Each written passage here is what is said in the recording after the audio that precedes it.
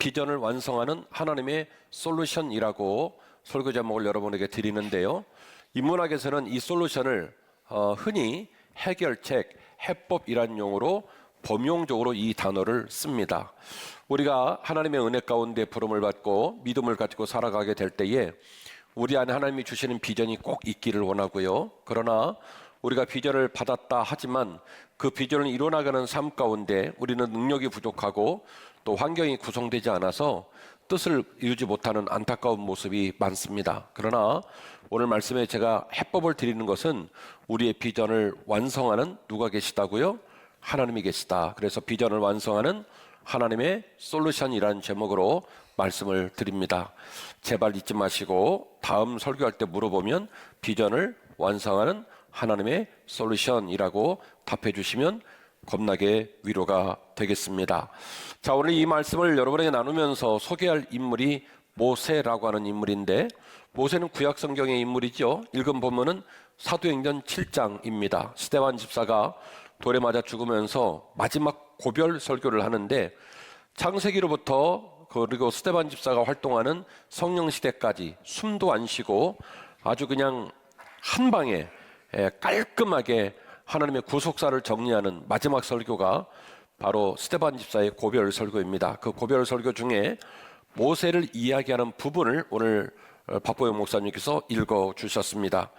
이 거룩한 꿈이 어떻게 실현되는지, 그리고 그 과정에 우리의 의지와 또 하나님의 도우심이 어떻게 중요하게 맞물려서 작동되는지를 오늘 말씀을 통해 나누게 될 것이고, 또 귀한 말씀을 나누는 기간 동안에 여러분 마음 가운데 하나님이 울렁거림을 주셔서 여러분 마음에 도전도 일어나시고 또 여러분 마음에 은혜도 충만해져서 우리의 삶이 이전보다 더 달라지고 올해보다 내년이 더 달라지는 기적의 문이 열리기를 주의 이름으로 축원합니다. 자, 첫 번째 드리고 싶은 말씀은 이것입니다. 비전은 하나님께서 우리 마음에 심으신 거룩한 불편함인 줄 믿습니다.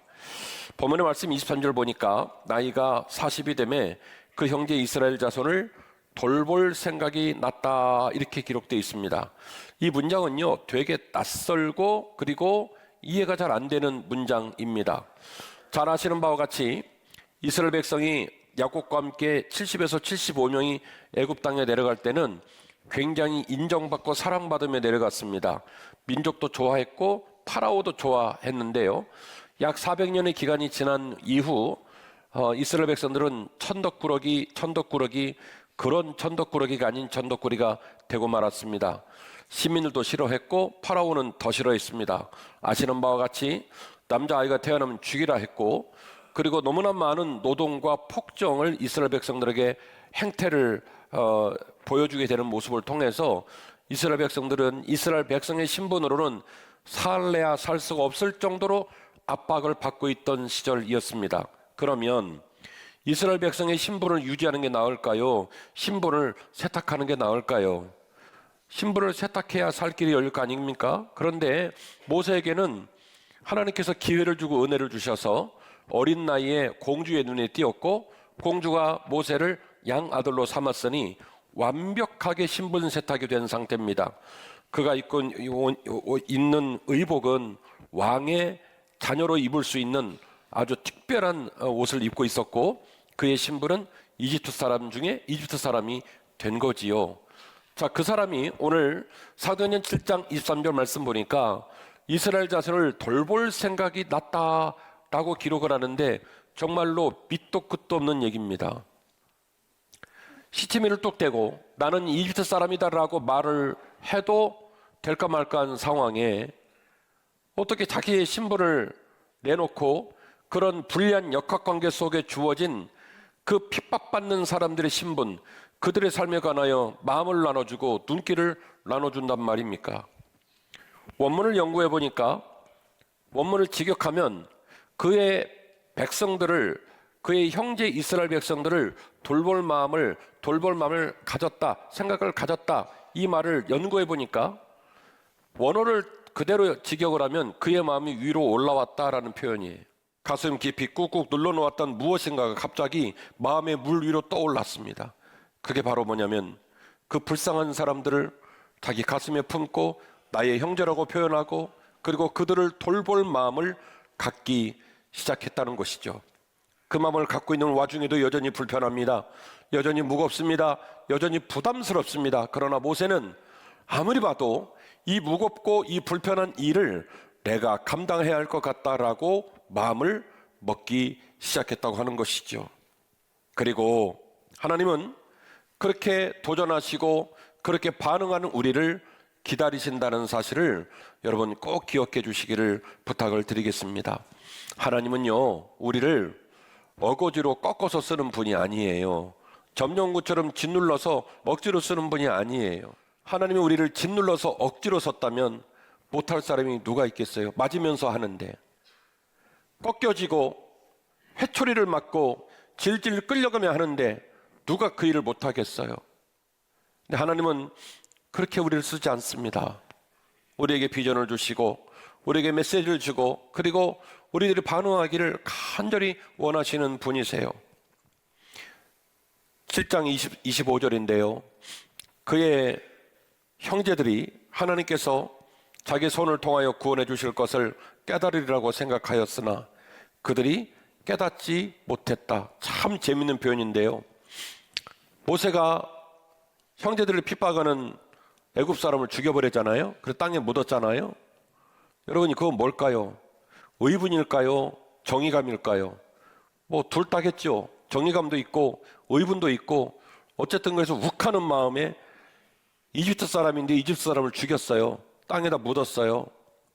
그리고 그가 그런 행동을 한 감정선을 이어지는 다음 구절은 이렇게 표현을 했습니다. 그는 그의 형제들이 하나님께서 자기 손을 통하여 구원해 주시는 것을 깨달을 거라고 생각을 했대요.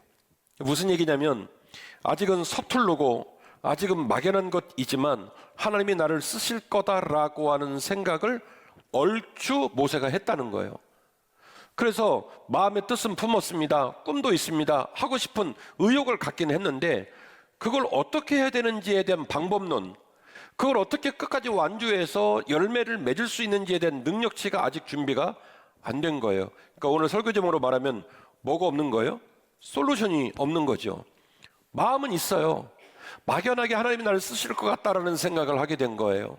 그래서 이어지는 25절이 그의 감정을 잘 표현했습니다. 자기가 한 행동을 보고 자기 동족들이 말하기를 하나님이 모세를 쓰셔서 모세로 하여금 우리가 이렇게 핍박당하고 어려움당하는데 드디어 구원하는 일을 하실까 봐 라고 믿을 것이라고 담대하게 스스로 생각을 했다는 거죠. 그런데 동족들의 반응은 무엇입니까? 그들은 말합니다. 언제 하나님이 너를 관리로 세웠냐? 언제 하나님이 너를 재판장으로 세웠냐? 왜 오바를 하고 난리를 치냐? 너 우리 민족을 배신하고 이집트 사람 옷 입었잖아. 이집트의 왕자잖아. 그러면 캔세라 부와 귀를 누리며 이집트 사람으로 살아. 오버하지 말고. 굉장히 당황스러운 일이 벌어진 겁니다. 자기 나름대로는 막연한 비전과 소망을 품었어요.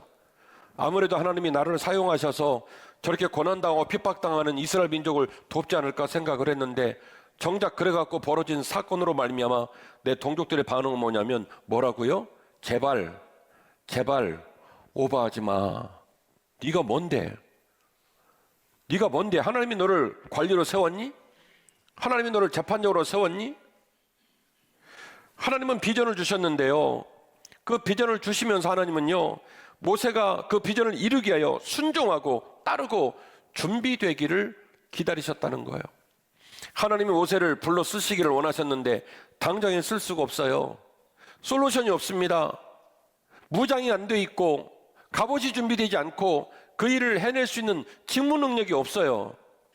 당장에 쓸 수가 없어요. 그래서 하나님은 반응을 기다리는 거예요. 요셉이 순종할 건지, 요셉이 따라올 건지, 요셉이 그 부름 앞에 순종하여 그 부름의 날들을 감당할지 궁금하신 거예요. 그래서 그의 꿈은 있었지만 꿈이 작동이 안 되는 거예요. 거절을 당하는 거예요. 자, 어떤 반응을 보일까요? 에이, 똥 밟았다. 괜한 일에 연루됐다. 이렇게 될까? 이제 상황이 어떻게 될지 궁금하게 되는 거죠. 하나님은요, 우리를 기계처럼 다루지 않습니다. 우리의 의지, 우리의 선택, 우리의 인격적 반응을 매우 중요하게 생각하십니다. 하나님의 비전이라고 하는 건 시련을 동반할 수밖에 없습니다. 내 기질, 내 생각, 내 길. 그 일로 비전이 시작되면요, 무슨 시련이 시작되겠습니까? 그러나 하나님의 비전을 품었다는 얘기는 사고방식과 물질과 시간과 삶의 의도성을 어디로 옮긴다는 얘기냐면 십자가 앞으로, 하나님 앞으로 옮긴다는 일이기 때문에 자기를 부인해야 되고 자기가 익숙하게 살아왔던 삶의 자리를 포기해야 되기 때문에 곧 뭐가 시작돼요? 시련이 시작되는 것이죠. 출애굽기 2장 12절 말씀인데요, 좌우를 살펴 사람이 없음을 보고 그 애굽 사람을 쳐 죽여 모래 속에 감추게 되었다. 혈기인지 정리감인지 모르겠지만 일단은 사고가 벌어졌고요. 그리고 이어지는 본문입니다. 이튿날 다시 나가니 두 히브리 사람이 서로 싸우는지라 그 잘못한 사람에게 이르되 네가 어찌하여 동포를 치느냐. 그가 말합니다. 누가 너를 다스리는 자와 재판관으로 삼았느냐. 네가 애굽 사람을 죽인 것처럼 나도 죽이려고 하는 거냐. 모세가 두려워합니다. 이 일이 탈로 낫도다. 책임진다 못 진다. 책임 못 진다는 거예요. 하기는 자기가 했는데 이를 책임 못 질 어마어마한 이제 결과물로 탈로가 나고 말았던 겁니다. 29절이죠. 모세가 이 말 때문에 도주하여 미디안 땅에서 나가나가 되어 거기서 아들 둘을 낳게 되었다. 간단하게 기록을 하고 있습니다. 모세의 사역은 제가 이전 설교를 통해 여러 번 말씀을 드렸던 것처럼 40년씩 제3기 사역으로 나눌 수가 있습니다. 제1기 사역은 이집트의 왕자로서의 삶입니다. 당시 5대 제국 중에 가장 큰 제국이었던 이집트라는 나라, 그 나라에서 경제, 행정, 군사, 교육, 사회, 그 다음에 리더십, 이 모든 것들을 완벽하게 배울 수 있는 위치는 왕자의 신분입니다. 그 왕자의 신분으로 큰 조직을 이끌어갈 수 있는 기술적인 어떤 그 학습들을 40년 동안 완벽하게 배웠지요. 그리고 비전을 품고 그 비전 앞에 반응해서 어떤 일을 저질렀는데 아직은 솔루션이 없어요. 그 일을 해낼 수 있는 능력이 안 돼요. 그런데 그냥 욱하고 저지르고 말았던 것이죠. 그래서 그 시련으로 말미암아 하나님의 광야 학교에 입학을 하게 됩니다. 그 시간이 40년의 세월이었습니다. 이 땅은 어떤 땅이고 저 강은 어떤 강이고 저 하늘은 어떤 하늘이며 봄, 여름, 가을, 겨울이 어떻게 진행이 되어지고 어떻게 생긴 땅을 파야 물이 나오고 양을 키울 때, 염소를 키울 때는 어떤 방식으로 키워야 하며 그 삶의 노정 속에 견딜 수 있는 시간은 얼마나 되는지 이 모든 것들을 광야 전문가로 완벽하게 배우는데 40년의 시간이 걸렸습니다. 한 마리의 양을 돌보고 한 마리의 염소를 돌보며 목자가 생명체를 돌보는 가슴이 얼마나 뜨겁고 간절한지를 몸소 광야에서 배웠습니다. 그렇게 제국을 배우고 그렇게 광야를 배우고 나니 하나님의 시간, 하나님의 방법으로는 이제 준비가 다 되었다는 거예요. 내가 모세를 나의 솔루션을 통해서 위대한 지도자로 쓸 수 있는 준비가 다 되었다는 거예요. 그래서 모세를 부르십니다. 그리고 모세에게 이제 드디어 40년 전에 모세가 시도했던 그 일을 이제는 누가 명령하냐면 하나님이 명령을 하게 됩니다. 참 재밌는 본문이 있는데요. 출애굽기 3장 10절입니다. 이제 내가 너를 바로에게 보내어 너에게 내 백성 이스라엘 자손을 애굽에서 인도하여 내리라. 모세가 하나님께 말합니다. 하나님, 제가 누구이기에 바로에게 가서 이스라엘 자손을 애굽에서 인도하라고 얘기를 하겠습니까? 하나님이 말합니다. 내가 반드시 너와 함께 있으리라. 40년 전에 모세는 그의 마음의 감정에 눌러놨던 것들이 갑자기 물 위로 올라와서 그 감정을 이기지 못하여 버림받은 백성들, 핍박받는 백성들, 죽어가는 백성들을 감히 나의 형제라고 표현을 쓰면서 급발진을 하게 되었고 그 급발진이 시련의 문이 되어서 그 왕자의 관복을 벗고 부유한 음식물을 다 버리고 거칠고 힘들었던 40년의 세월을 또다시 보내게 되었습니다. 하나님은 그 광야학교에서 모세를 완벽하게 훈련시키신 후 이제 그에게 말합니다. 아들아, 이제 됐다. 그 정도면. 그러면 너는 제국과 맞서서 싸울 수도 있고 그 제국에서 백성을 끌고 나왔을 때 장전만 60명, 약 120만 명이 넘는 인원이 된다 할지라도 그 인원을 40년 넘게 이 척박한 땅 광야에서 완벽하게 돌보고 먹일 수 있는 능력이 너에게 준비가 되어 있으니 이제 가자라고 얘기를 했을 때, 앞서 제가 소개를 한 출애굽기 2장 말씀을 읽어보니 모세가 뭐라고 그랬죠? 그 동족들의 반응을 보면서 어제 이집트 사람 죽인 걸 보고 동족들이 하나님께서 모세를 쓰셔서 우리 민족을 구원할까 보다라고 믿을 거라고 감히 생각을 했다고 그랬잖아요. 출애굽기 2장에. 근데 정작 백성들은 뭐라고 그래요? 네가 누구길래 하나님이 너를 관리로 세우고 하나님이 너를 재판장으로 세웠냐? 오버하지 마라 그랬다고 했잖아요. 그런데 40년 동안 잘 훈련받고 농익은 모세는요 엄청 겸손한 사람이 되었습니다. 모세가 출애굽기 3장 보니까 뭐라고 그래요? 하나님, 제가 뭐라고 가서 백성들을 구원하겠습니까? 그러니까 사람이요 진득해진 거예요. 잘 우려졌어요. 완전히 그냥 풍성하게 무르익은 거예요. 하나님 말합니다. 네 지팡이 던져봐. 지팡이 던지니까 뱀 모양이 되고 꼬리 잡으니까 지팡이 기억나죠? 다 보여주시면서 설득합니다. 하나님, 저는요 말이 아바바 부부부 어느래요. 그래? 그러면 말 겁나 잘하는 아론 붙여줄게. 걱정하지 마. 그러는데도 모세가 뭐라냐면은 하나님, 제가 할 수 있을까요? 이렇게 얘기해요. 그때 하나님이 솔루션을 줍니다. 그 솔루션이 뭐냐면, 아들아, 딸아, 네가 내 거룩한 비전을 마음에 품고 그 비전을 이루고 싶어하는 소원을 가졌으니 이제 내가 너에게 말하노니 내가 어디로 가든지 너와 함께 할 것이다.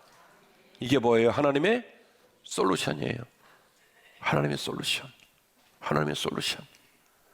제가 유튜브를 보니까 어떤 그 세탁 케미칼 전문으로 하는 유튜브께서 그 사장님인데 30년 동안 연구했대요. 이러면서 통합 솔루션이라고 그러는데 그걸 쫙 바르면 막 그 와이셔츠 하얀 목 와이셔츠에 있는 그 노란 찐때가 싹 빠지면서 하얀색이요. 빨간 옷은 빨간색이 되고 노란색은 노란색이 되고, 그래서 그거만 착 쓰면 된다는 거예요.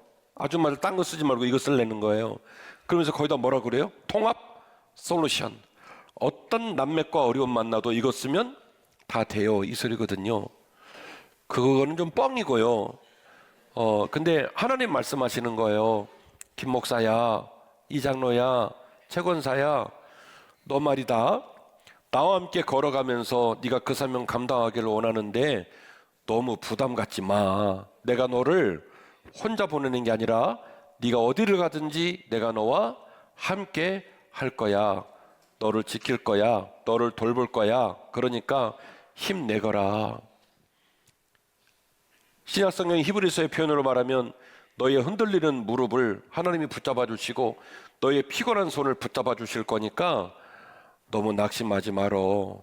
그 길 가자라고 하나님이 뭐가 되어 주셨어요? 솔루션이 되어 주셨어요. 내가 반드시 너와 함께 할 것이다. 말씀이 결론입니다. 하나님은 비전을 품은 우리에게 확실한 솔루션이 되십니다. 출애굽기 7장 35절 말씀 보니 그는 거절을 당한 사람입니다. 해보겠 동안 나섰는데 오히려 동족들이 거절했어요. 하나님이 언제 너를 관리로 세웠고 하나님이 너를 언제 재판장으로 세웠냐? 거절을 당했는데요. 그는 이제 거절하는 자리에서 어디로 갔냐면 인도하는 자의 자리로 가게 됩니다.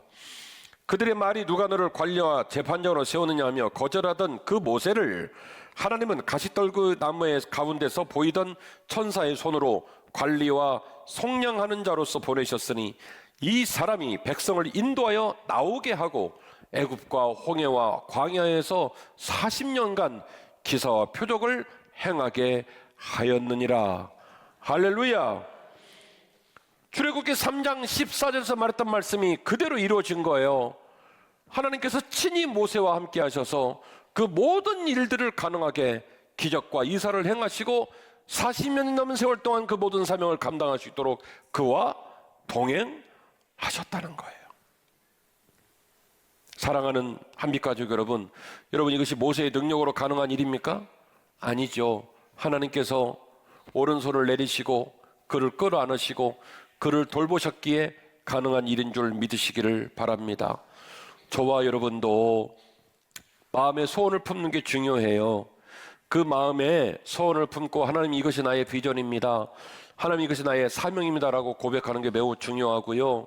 그렇게 마음을 먹으면 하나님께서 그 마음을 예쁘게 여기시고 그 마음을 기쁘게 여기셔서 우리와 함께 하실 거고요.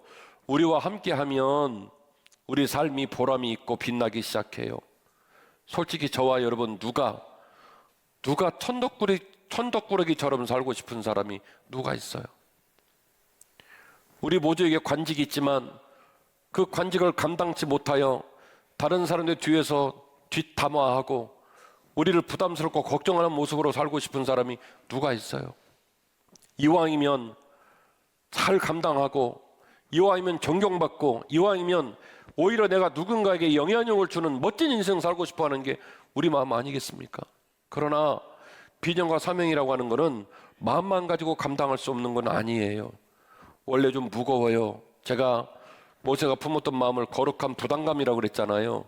원래 비전은 좀 무겁거든요. 그런데 우리가 주께서 우리를 부르실 때에 그 무거운 하나님의 마음, 그 거룩한 부담감을 마땅한 일로 여기고 하나님 내가 그걸 감당해 보겠습니다라고 마음을 먹을 수만 있다면 하나님은요, 그 마음을 먹은 그 아들과 딸을 기쁘게 여기셔서 그 아들과 딸 걸어가는 길을 동행하여 주십니다. 내가 너와 함께 할 것이다. 내가 너를 돌볼 것이다. 그러므로 우리도 비전과 소망으로 위대하게 쓰임받기를 기대해야 될 줄로 믿습니다. 오늘 제가 사도행전 7장하고 출애굽기 3장 2장을 연결시켰습니다. 하나의 주제로 신구약을 관통하며 말씀을 연결시켰는데 이 말씀의 의도를 강화하기 위하여 말씀 하나를 더 소개하려고 합니다. 바로 로마서 8장에 나오는 말씀인데요. 바울은 말합니다. 예수 그리스도께서 영원한 부활의 소망을 위하여 잠깐의 고난을 감당하셨던 것처럼 우리도 사명의 길을 걸어가나 잠깐의 고난을 감당해야 하고, 주께서 그 감당하는 발걸음을 홀로 두지 않고 반드시 돌보시고 인도하신다는 주장을 바울이 이야기를 하면서 그 이야기의 완성, 그 이야기의 대미를 로마서 8장에서 다음과 같이 표현을 합니다. 이와 같이 성령도 우리의 연약함을 도우시나니 우리는 마땅히 기도할 바를 알지 못하나 오직 성령이 말할 수 없는 탄식으로 우리를 위하여 친히 간구하시느니라. 마음을 살피시는 이가 성령의 생각을 아시나니 이는 성령이 하나님의 뜻대로 성도를 위하여 간구하심이니라. 우리가 알거니와 하나님을 사랑하는 자 곧 그 뜻대로 부르심을 입은 자들에게는 모든 것이 합력하여 선을 이루느니라. 성령께서 우리를 위해 기도해 주시고 또 우리가 하나님을 사랑하고 그 뜻대로 부르심 받아 그 믿음의 길을 걸어가기를 원할 때 하나님께서는 우리를 홀로 두지 아니하시고 우리 손을 붙들고 우리를 끌어안으셔서 합력하여 선을 이루게 하신다는 거예요.